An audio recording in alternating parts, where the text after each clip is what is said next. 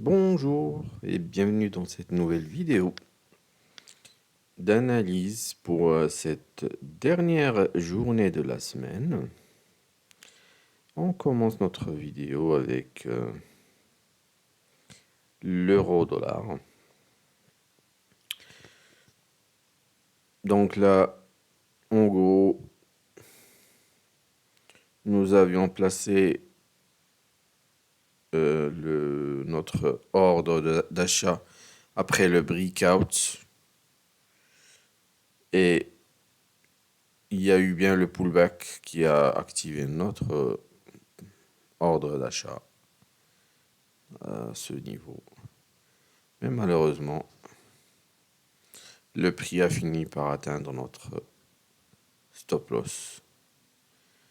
Il y a eu un deuxième breakout vers le bas, mais pas de pullback pour l'activation de l'ordre de vente. Donc, pour l'euro-dollar, nous avons un trade perdant. On passe au suivant avec le pound dollar. Et là, donc il y a eu le breakout vers le bas. Mais malheureusement, le pullback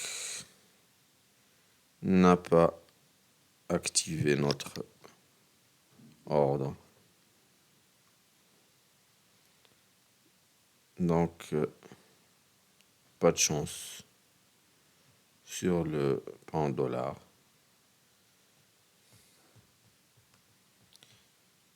C'est frustrant, c'est vrai. Mais malheureusement, il faut faire avec.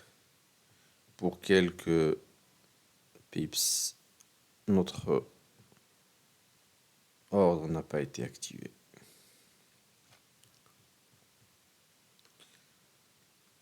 La stratégie, elle est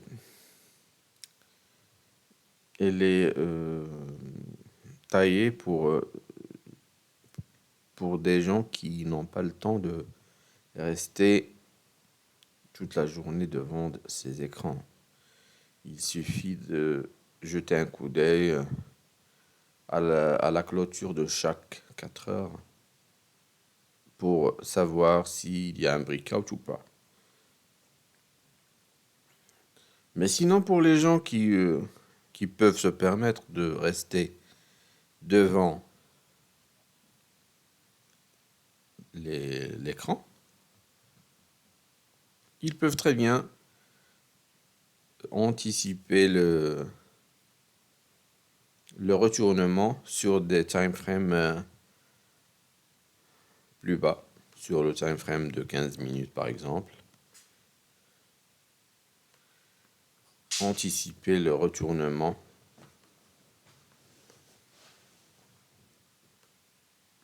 Ils n'ont pas besoin en fait d'attendre que le prix touche, que le pullback touche notre ligne d'activation.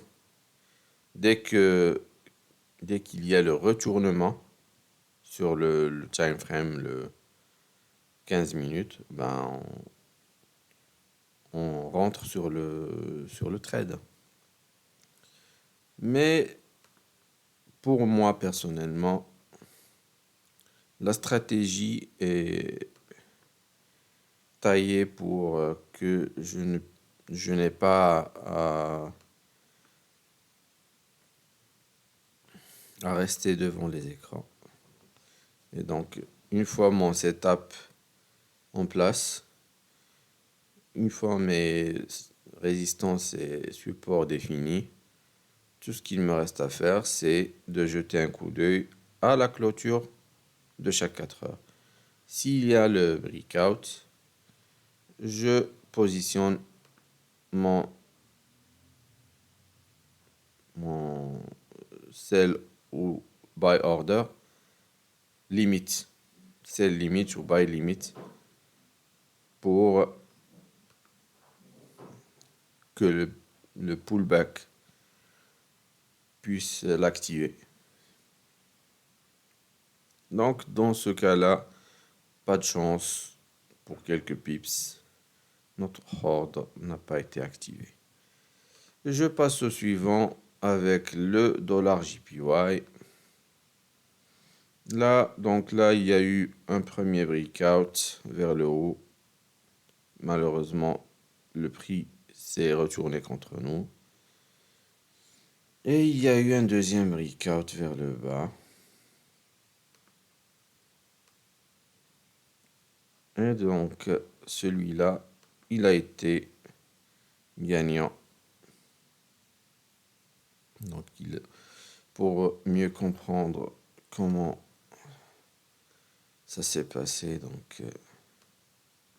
nous avons eu le breakout, le pullback qui a activé notre ordre de vente et qui a touché notre take profit par la suite. Donc, un trade gagnant sur le USD JPY. Et enfin, sur le gold,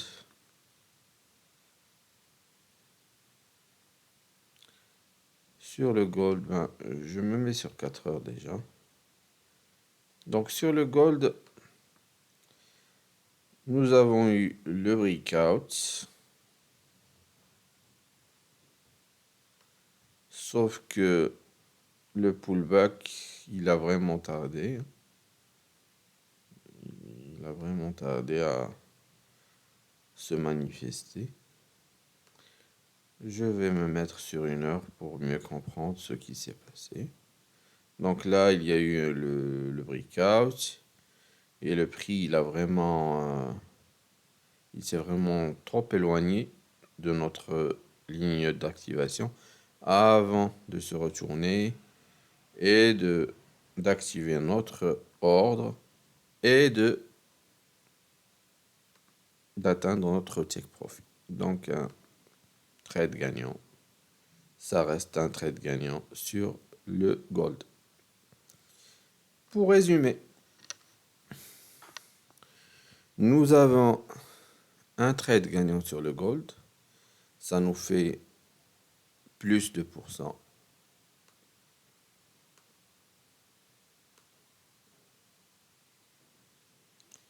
Un trade perdant et un trade gagnant sur l'USDJPY.